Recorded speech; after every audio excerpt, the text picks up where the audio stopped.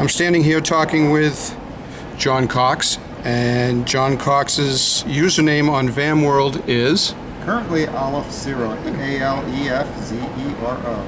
There you go. I was going to try and pronounce it, and I didn't have any idea on how to, so there you go.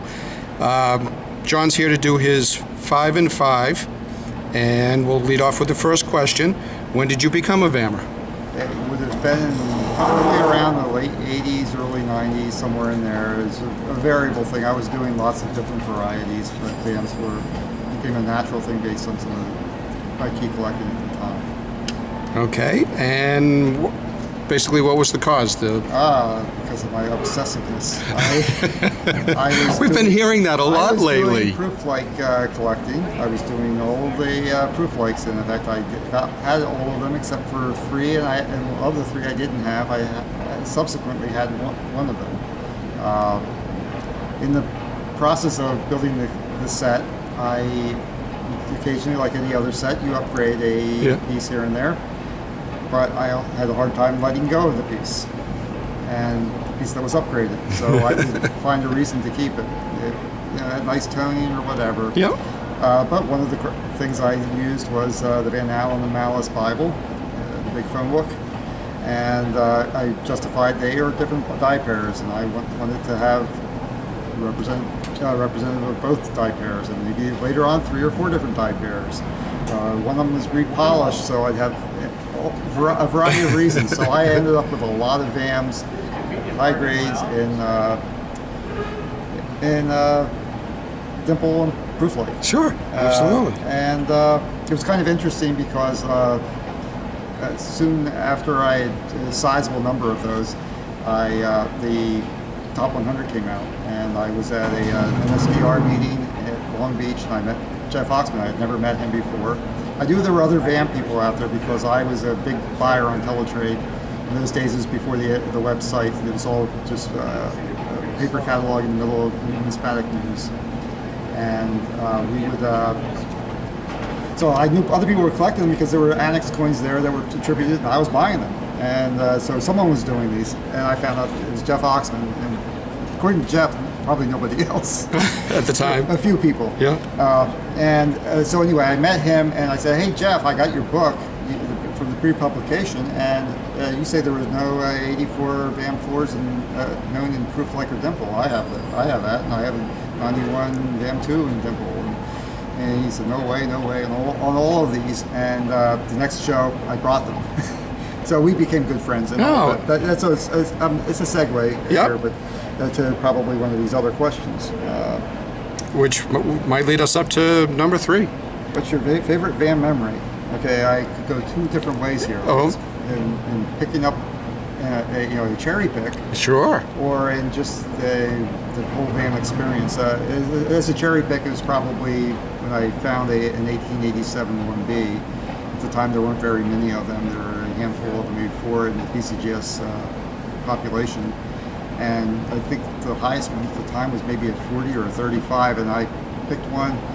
I saw the coin, and it was I believe it was raw, and I saw the crack through the date, and no one was really looking for them that actively that we remembered the crack, but I remember seeing that somewhere. And I thought, oh no, I know what this is. And I flipped it over and I looked for it, and my loop was shaking. Yeah, there's an E there. There's an E there. What do you want for this? $27.50? Fine.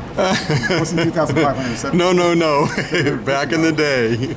So that was, you don't get very many cherry picks like that. At least I didn't. Right. And I sent it in, the 2-day service, whatever, the really fast service at PCGS, and it came back attributed with a U53, so it was a top at the time. Wow. There have been plenty of other ones higher. In fact, I saw a Minstate one, which was still amazing. At the time.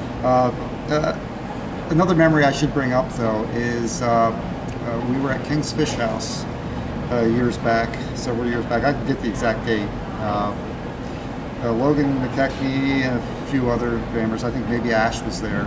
And I had in my back of my mind the idea of building a registry that would include all of the major grading services, if not all of them. And I just brought it up in just casual talk that, hey, I thought we should do this because the grading fees were getting crazy. It's fine. It's nothing wrong with the PCGS registry and NGC registries, but you really don't want to pay those fees if you're a modest collector. It just costs too much to go and make sure they're in the right holder and they got the right, and they get the attribution on the tag and all of that. And then they're not really competing with the people at the high level anyway. So because we have the society and we really we're doing a whole lot as a society, I thought it would be a good way of getting it together besides Fan World, of course. So I proposed I think I can write this thing. I just get it together. I hadn't written any database code before, but code's code. So I was, they said, do you think you can do this? Go and do it. So I went and did it. And they didn't think I didn't think they thought I really would do it, but we ended up with it. It took a little while and a little bit of testing, and there weren't too many hiccups when it came out the gate. And it's growing, and we have a pretty respectable registry. Annex supports us. We have awards every year. So the memory to me is that just that casual meeting at dinner on a Friday night at Long Beach at the King's Fish House. What a wonderful thing. It's a wonderful thing. Yeah. Okay. Okay, here's one that's not so easy. What's your favorite VAM? My favorite VAM. I've thought about this. And I was going to go with the Zerby because it was such a pick. I could have done that on the other one too. I'll go unconventional and just come up with one because no one's going to talk about it, and it's an interesting VAM. It's the 1880 VAM 11A. What that is we know the VAM 6 series with all of that. The final one there was the 6C. It was heavily clashed. It has a lot of nice transfer. But then the reverse, oddly enough, why anyone would reuse that reverse, they did. And they paired it with a new one, and it clashed. And it's the only one in the series where you have a double M transfer above God and the motto on the reverse. So it's unique in that way. It's the terminal point of that whole series of with the check marks and the clashing and everything with the sixes. It punctuates all of that. There might be an 11 out there, but it's not the 11 that's cataloged because it would have all of the transfer from the 6C. So there's something. It's a weird one. I don't know that anything previous to that second clash exists. So it makes it interesting that there's something else out there possibly that we haven't found, or maybe that it's just this. They're findable. They're extremely interesting, and it's a fun coin. Sure. So it's not the Scarface, it's not the Hot Lips that lots of other people might say, but absolutely. There's another one that people should know about. Absolutely. That's wonderful. And the final question. Any advice for VAMers? My main advice for VAMers is to take advantage of the VAM community. I've been doing shows for a long time, not so much as a dealer or as a cherry picker or whatever. But the biggest thing is the community. No matter what show I go to, in which city, there's always a lot of VAMers. We come from a wide variety of backgrounds, different politics, different religion, different everything. But we all get along. We share a lot. If somebody has a hard time, they've gotten coins mailed to them out of the blue. I mean, we just have a really good community. If you're outside the community, you're not getting the most out of VAMs. Other than that, you really should learn what you can. It's a big part of variety collecting, and VAMs in particular, is learning the minting process, learning